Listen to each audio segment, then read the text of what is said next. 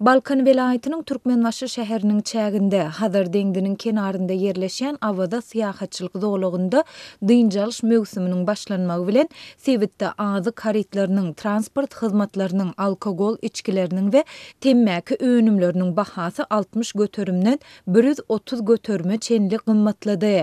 Adatlyk radiosynyň bu barada Sewitden maglumat berýän habarçysy soňky bir näçe günüň dowamında şäheriň bazarlarynda 1 kilogram etiň bahasy 60 manatdan 100-120 manada ýokarlanandygyny aýdýar.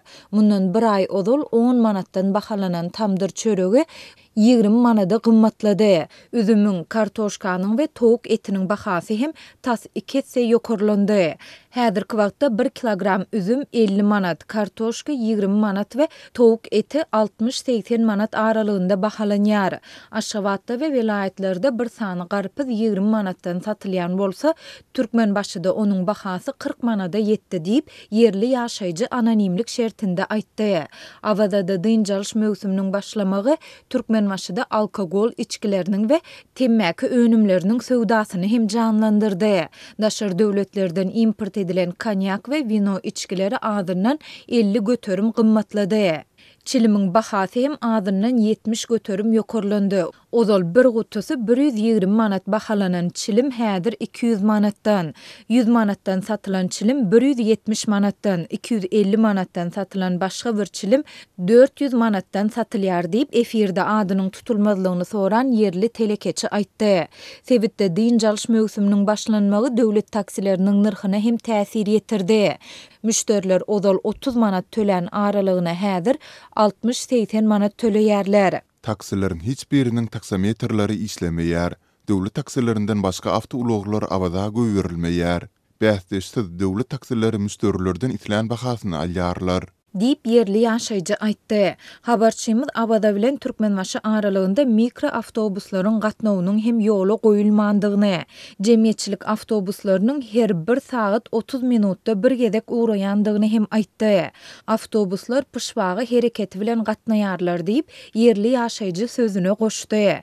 Habarçymyz bu gymmatlamanyň ýiti ykdysady kynçylyklar sebäpli ozal hem maşgala oňşugy kyn bolan köp hojalyga agyr täsir ýetirýändigini aýdýar. Awada dynjalyş möwsümi gutarýança 3 aýlap gaty çörek bilen suw içip, kelem çorba biserip gün görmeli boljak. Sebäbi häzirki girdejimiz bilen bazar çykdyjylarymyz düýünden gabat gelmeýär. Diýip yerli ýaşaýjy aýtdy. 2007-nji ýylda Türkmenistanyň öňkü prezidenti Gurbanguly Berdimuhammedow Hazar deňdiniň türkmen kenarynda awada milli syýahatçylyk zowlugyny döretmek barada karar kabul etdi. Şondan soňky ýyllarda Sewitde myhmanhanalaryň onlarçasy gurulyp ulanylmaga berildi. Tomus aýlarynda bu myhmanhanalarda habarçylarymyzyň maglumatlaryna görä her ýyl müňlerçe Türkmenistanly dynjalýar. Haritlaryň gymmatlamagy bilen bagly ýagdaý her ýyl dynjalyş möwsüminiň açylmagy bilen Tomus faslynyň 1-nji aýynda ýüze çykýar we sentýabr aýyna çenli dowam edýär.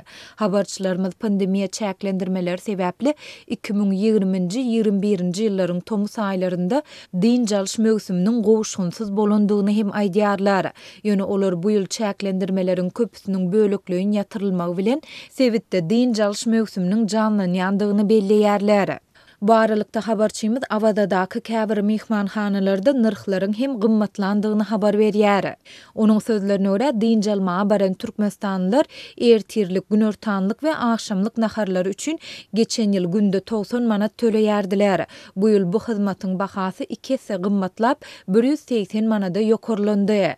Bahalara gözegçilik edýän döwlet edarasy ýok. Döwlet taksileri, telekeçiler we beýleki söwdegärler bularyň hemmesi dynjalyş möwsüminde bolup bildiginden pul gazanmaga çalışýar. Ýönekey ilatyň aladasyny edýän hiç kim ýok diýip yerli ýaşaýjy sözüni jemledi.